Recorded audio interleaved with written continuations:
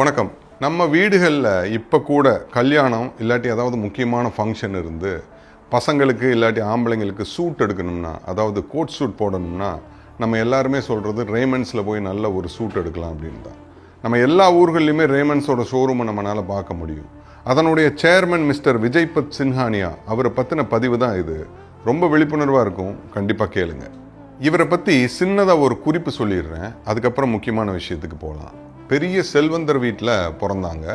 1980 chairman and managing director ஆகிட்டாங்க ரேமண்ட்ஸுக்கு. ரேமண்ட்ஸ் மட்டும் இல்லை, அதுக்கு கீழே நிறைய கம்பெனிஸ் இருக்குது.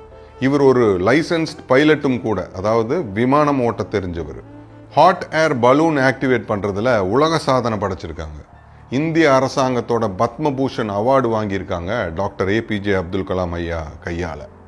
ஷெரீஃப் ஆஃப் மும்பை அப்படிங்கிற பதவியிலையும் இருந்திருக்காங்க. அது ஒரு பெரிய கௌரவ பதவி, நம்ம மேயர் பதவி மாதிரின்னு சொல்லிக்கலாம்.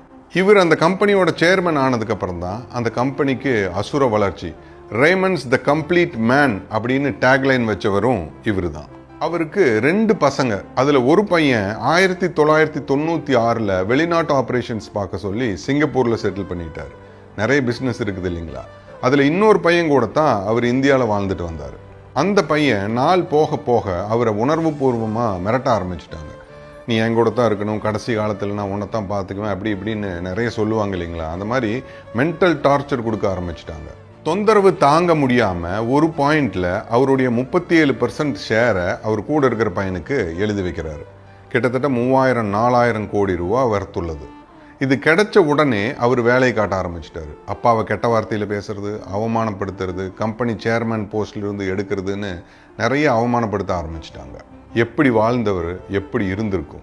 ரேமண்ட்ஸ் த கம்ப்ளீட் மேன் அப்படின்னு அந்த கம்பெனிக்கு பேர் வச்சவர் அவருடைய சுயசரிதை எழுதி அதுக்கு த இன்கம்ப்ளீட் லைஃப் அப்படிங்கிற பேர் வைக்கிற சூழ்நிலைக்கு தள்ளப்பட்டார். அந்த புக்கு ரிலீஸ் ஆனதுக்கப்புறம் நிறைய பேர் வந்து அவர் பேட்டி எடுத்தாங்க. அதில் நிறைய விஷயங்கள் சொன்னார். அதில் குறிப்பாக பெற்றவர்களுக்கு சில அட்வைஸ் சொன்னார்.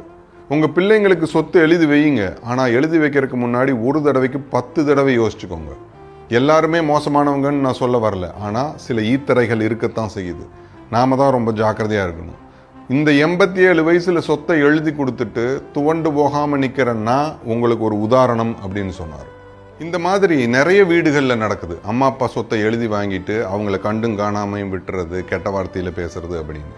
2-3 மாதத்துக்கு முன்னாடி கூட நம்ம ஒரு பதிவை போட்டிருந்தோம். என்ன பண்ணுறது, இன்னும் சில பேர் இப்படித்தான் இருக்காங்க. சிறிதளவும் கடும் சொல் இல்லாத வாழ்க்கையை ஒரு மனிதன் வாழ வேண்டும். கடும் சொல் என்பது வாயில் பிசாசை வைத்து வளர்ப்பதைப் போல அது பெற்றவர்களின் மனதில் வேதனையை உண்டாக்குகிறது. நல்ல மனிதர்கள், பெற்றவர்கள் கடும் சொல்லுக்கு பதிலாய் கடும் சொல் சொல்ல மாட்டார்கள். அதற்கு பதிலாக இப்படி சொல்லிவிட்டானே என்று குமுறுவார்கள். அந்த குமுறல் மிக சக்தி வாய்ந்தது. கடும் சொல் சொன்னவனை எரித்து விடக்கூடியது. அவன் புண்ணியம் செய்திருப்பின் அந்த புண்ணியத்தை எல்லாம் உறிஞ்சக்கூடியது. இந்த பதிவிலிருந்து நமக்கு கிடைக்கக்கூடிய மாரல், உண்மை உயிர் நடுங்கி அழுததெனில், உணர்ச்சி வசப்பட்டு கதறியதெனில், பரிதவித்து எழுந்ததெனில் அந்த ரீங்காரம் கேளாமல் போகாது.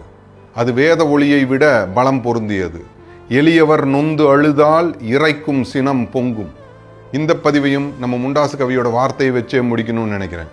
தன்னை மறந்து சகல உலகினையும் நிதம் காக்கும் மகாசக்தி அன்னை, அவளே துணை என்று நெஞ்சம் துவளாதிருத்தல் சுகம். My name is Niyas Basheer. Bye.